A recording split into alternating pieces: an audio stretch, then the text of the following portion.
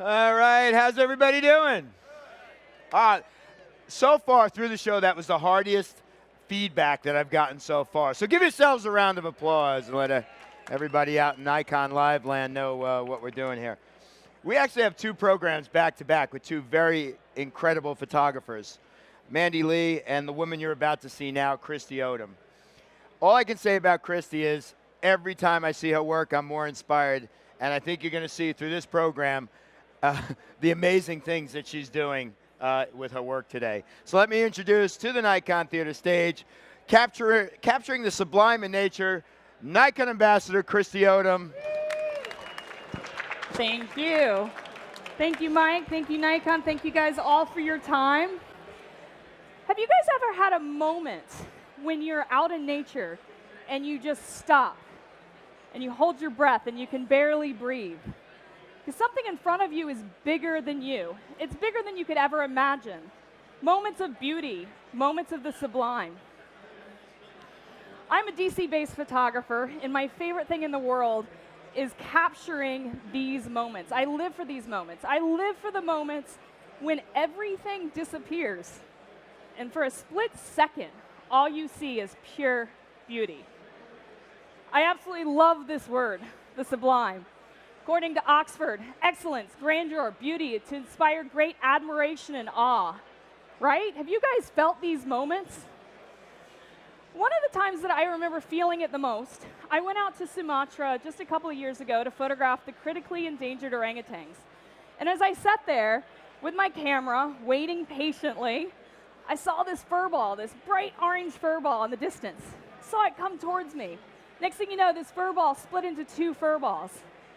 It was an orangutan mother and child. With a lot of time, a little patience, sat there with my camera, and she got closer and closer. And what I saw, I wasn't expecting at all. I saw the way they embraced. I saw the way they played. I saw the way the mother held her child. And it was beautiful. Orangutans share 97% of DNA with us. And I didn't expect to feel so many emotions in wildlife, so many emotions that reminded me of people, that reminded me of us. And I felt connected. I remember stopping breathing and just watching as they tickled and laughed and hugged. And I remember being totally overwhelmed with this beautiful moment in nature. I've traveled all over the world because I'm obsessed with these moments. I'm obsessed with grabbing 1/200th of a second or 1/500th of a second that I can keep forever and remember the beauty in the world that's out there. Sometimes you see so much just in a gesture. This is an endangered gibbon in Borneo. And I remember seeing the fingerprints and seeing that he's asking for something, seeing so much emotion without a face. I absolutely love when you can see emotion in body language. This was out in the Masai Mara in Kenya. And it was funny, because right when we started to see this hunt start happening, our driver just starts stepping on it. And I'm like, no, no, no, stay back. I want to simplify this, because I just want to see the body. I want to see the body language of the cheetah. I want to see the body language of the wildebeest. And in those simple moments of emotion, I felt connected, and I felt something beautiful. This is a gibbon in, this is a howler monkey in Bolivia. This guy was caught up in animal trafficking, which is a massive issue in Bolivia. And he was going through his rehabilitation process, and I just remember this quiet moment. He just closes his eyes, and I felt this similar emotion. I felt a connection. The world disappeared, and it was this silent moment that I thought was quite beautiful. Same thing with this ocelot. A little bit of a yawn, a little bit of a tired moment. I'm absolutely obsessed with patterns. I love patterns in nature. I'm a bit of a math nerd. I actually used to compete in mathematics tournaments.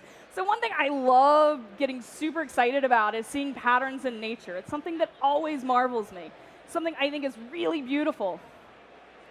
So I went out to Indonesia to photograph whale sharks. I was like, I'm going to see something huge, and I'm going to feel small, and it's going to be wonderful.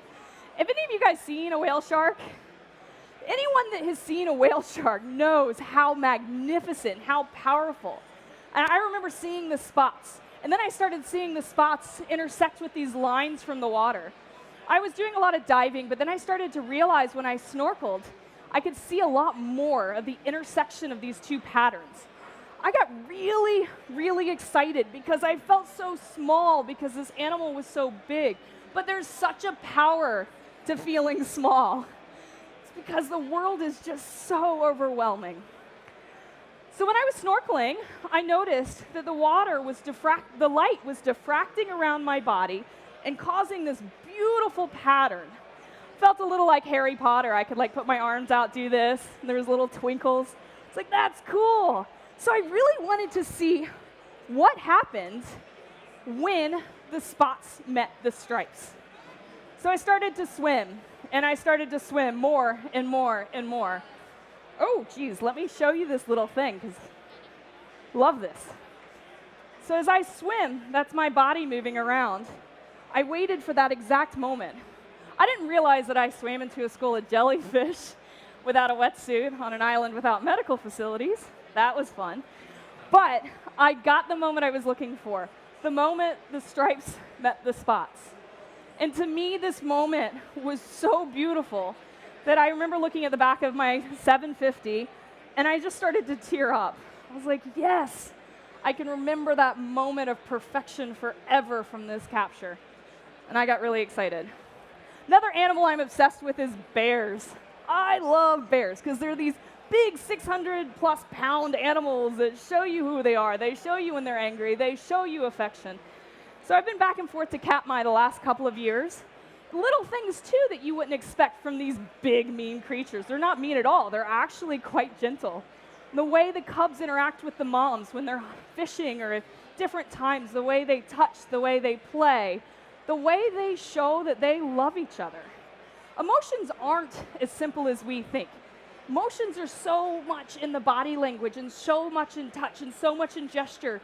And to me, being able to capture that connects me. The little one trying to swim after her mother when she's off hunting, fishing.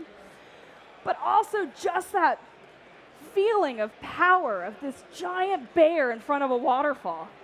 And the stance and the movement. I slowed down my shutter here just to get a little bit more of the drama, a little bit more of the chaos. A little bit more of I slowed down my shutter in a different way to show a little bit more of the motion and the chaos. I posted this image on social media because I thought it would be funny, and I just said, hey, what do you call a skinny dipping bear?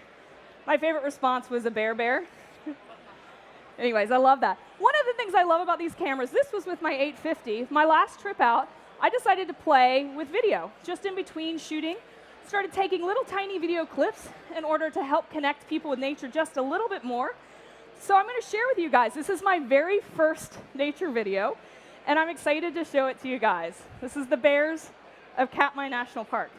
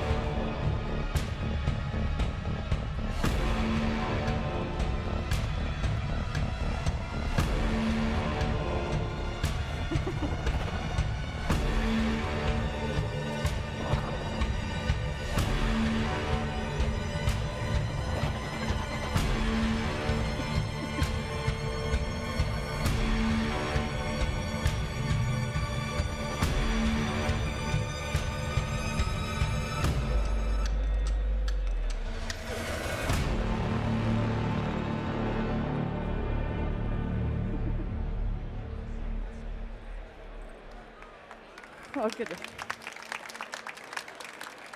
So I'm not going to lie, being on this stage is quite scary. We've got some of the most talented photographers I know, some of the people that are changing the industry and changing the world. We have Amy Vitale, whose last project raised over $1 million for elephants. We have Carol Guzzi, who's a 3-time Pulitzer Prize winner. We have Deanne Fitzmaurice, who's another Pulitzer Prize. We have so many amazing photographers here. And I remember when I was asked to speak here, I really wanted to show you guys Z7 images. Now, I got my hands on this camera 1 month ago, and my schedule was crazy. And I'm going, oh my gosh, how do I find these moments, these amazing moments in nature where I can show images worthy of being on the stage here? And I got really nervous, and I got really scared, and I realized I didn't even have 2 days off. So I pull out this calendar, and I pull out a map, and I'm like, maybe I can go to Baja, California for a day. Maybe I can go up to Assateague and photograph horses. And I'm like, I'm kidding myself. This is too much.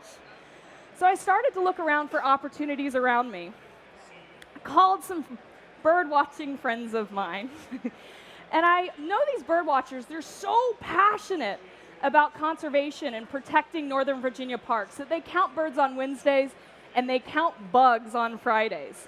And I'm like, you know, this new mirrorless, the Z7, has no lens quality loss. I want to, with the adapter, with the F to Z adapter, I really want to test that. And I'm really excited about these video functions, the tracking and the pinpoint focus. And I was really excited about this camera, and I really wanted to test it. So I was like, you know what? I'm going to take this camera and play with bugs.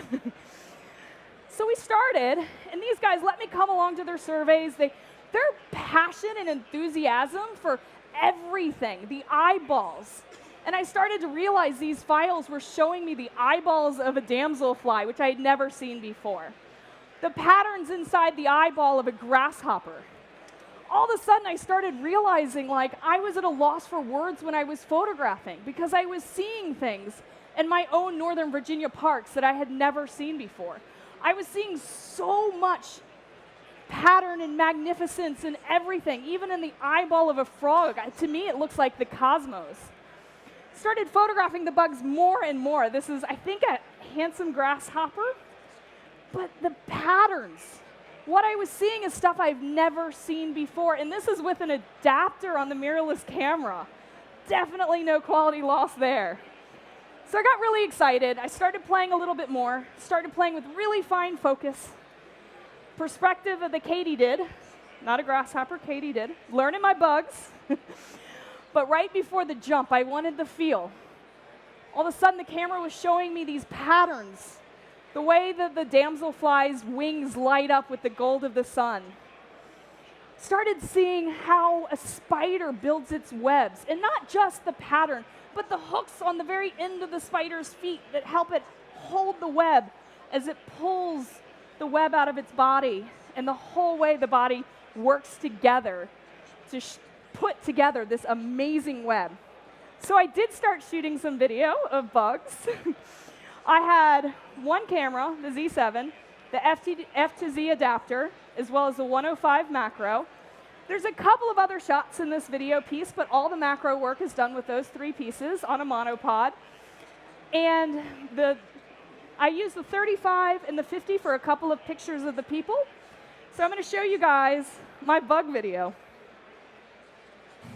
And red spotted purple or viceroy? Yes, we had one red spotted purple. Excellent. And any common wood nymphs or such things? Monarch. One coming in. 2. Then that makes 6.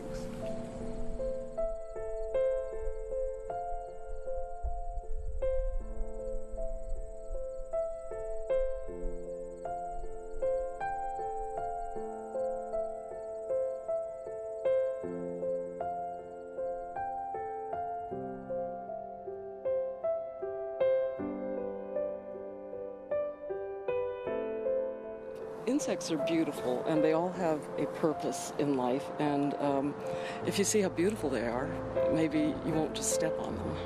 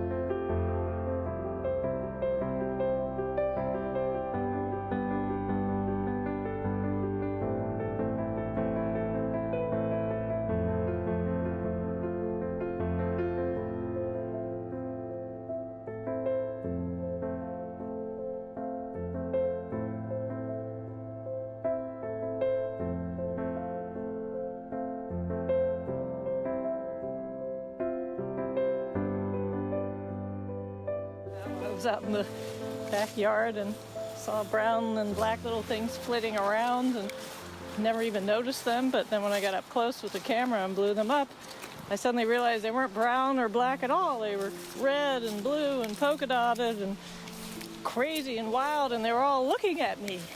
And they noticed me, and I had never noticed them.